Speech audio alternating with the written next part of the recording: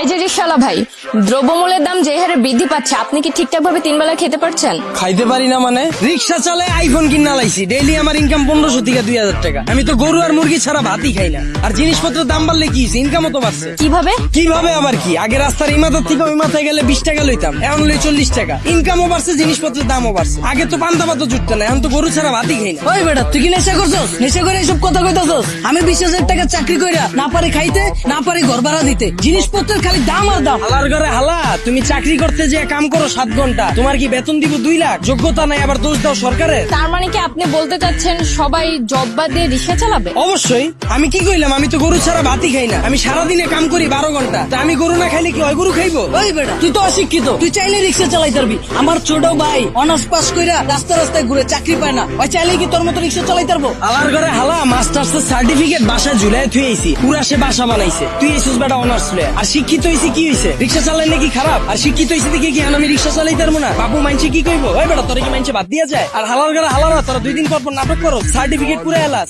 Honours masters pass করছো টাল্টিবেল্টি করে, চাকরি পাবি কইতে? যারা পাওয়ার হেরা পায়, এরা নিজেরা ওইভাবে তৈরি করে। তোরা 10 লাখ বেকার ঘুরো স্কিল লিগা, সরকারের দোষ দা স্কিল লিগা। তোরা যখন বুঝছস যে তগরে দিয়া পড়ালে হইব না, করতে গেছিস কে জোর কইরা? ও বুঝছি, সার্টিফিকেটের লেগা না? বিয়ার সময় যেন কইতে পারো যে আমি গ্রাজুয়েট, আমি ইঞ্জিনিয়ার, আমি শিক্ষিত। বন্ডামি বাদ দিয়া তোর বাইরে রিক্সা লয়ে বেরিতে। তার মানে আপনি কি বলতে চাচ্ছেন, আপনি নিজেও অনার্স মাস্টার্স কমপ্লিট করছেন, কিন্তু নিজেকে ওইভাবে তৈরি করতে পারেননি, যার কারণে আপনার জব হয়নি? হ্যাঁ অবশ্যই, মিছা কথা কমুকে। আমি নিজের ওইভাবে তৈরি করিনি, আমি জবও পাইনি, আমি রিক্সা চালাই না শুরু করছি। আর এই যে 10 লাখ বেকার ঘুরতেছে, একটাও কি বুকে হাত দিয়ে কইতে পারবো নিজে সর্বোচ্চ চেষ্টা করছে? আর এই যে 10 লাখ বেকার ঘুরতেছে, একটা বুকে হাত দিয়ে কইতে পারবো নিজে করে ওইভাবে তৈরি করছে, নিজে করে সর্বোচ্চ চেষ্টাটা করছে, তাও চাকরি পায় নাই? সারা রাত খেলছে কার্ড, সারাদিন গার্লফ্রেন্ডের সময় দিছে, ওরা চাকরি পাইবো কইতে? যারা পাওয়ার হেরা পায়। আর গ্রাজুয়েশন কমপ্লিট করছিস ভালো কথা, বইয়ের রিসকে ব্যবসা কর, উদ্যোক্তা হ, ঝুঁকি ল, হাজার মানুষের লেগে রাস্তা খোল, এসব বন্ডামি বাদ দে। কিন্তু বাংলাদেশের মতো এরকম গরিব দেশে দ্রব্যমূল্যের দাম বাড়াটা কি স্বাভাবিক? ভাই খারাপ। এই দেশ গরিব দেশ কেটা কইছে আপনাদের? এই দেশে 150,000 কোটি টাকার সিগারেটই বিক্রি হয়। বিশ্বের ভিতরে 5 নাম্বার বিড়িখোর বাংলাদেশ।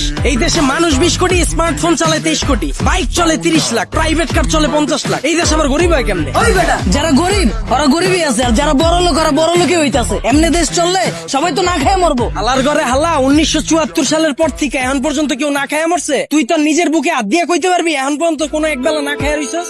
হালার ঘরে হালা 3 বেলা তো ভাত খাসি, লগে আবার বিকালের নাস্তাও মারা। আর যে কস জিনিসপত্রের খালি দাম বাড়তাছে, খামু কেমনে? জিনিসপত্রের দাম বাড়লে খাস কে, কিনস কে? বুঝে আমারে? তাহলে কি আপনি বলতে চাচ্ছেন সাধারণ মানুষ না খেয়ে থাকবে? এনে আপনি আবার সাধারণ মানুষ কই পেলেন? এনে তো সবাই অসাধারণ। আমরা সবাই বাংলাদেশি, আমরা সবাই এক। একটা জিনিসের যদি দাম বাড়ে, আমরা যদি এটা খাওয়া বা ব্যবহার করা বন্ধ করে দিই, দেখি ব্যবসায়ীরা কার কাছে বেচে। যখনই আমরা খবর পাই কালকে থেকে পেঁয়াজের কেজি 20 টাকা বেড়ে যাবো, ওই দিনে যাই আমরা দোকানে ভিড় করে লাই, তো দোকানদাররা তো আমরা বুঝেই দিতাছি পেঁয়াজের কেজি 20 টাকা হোক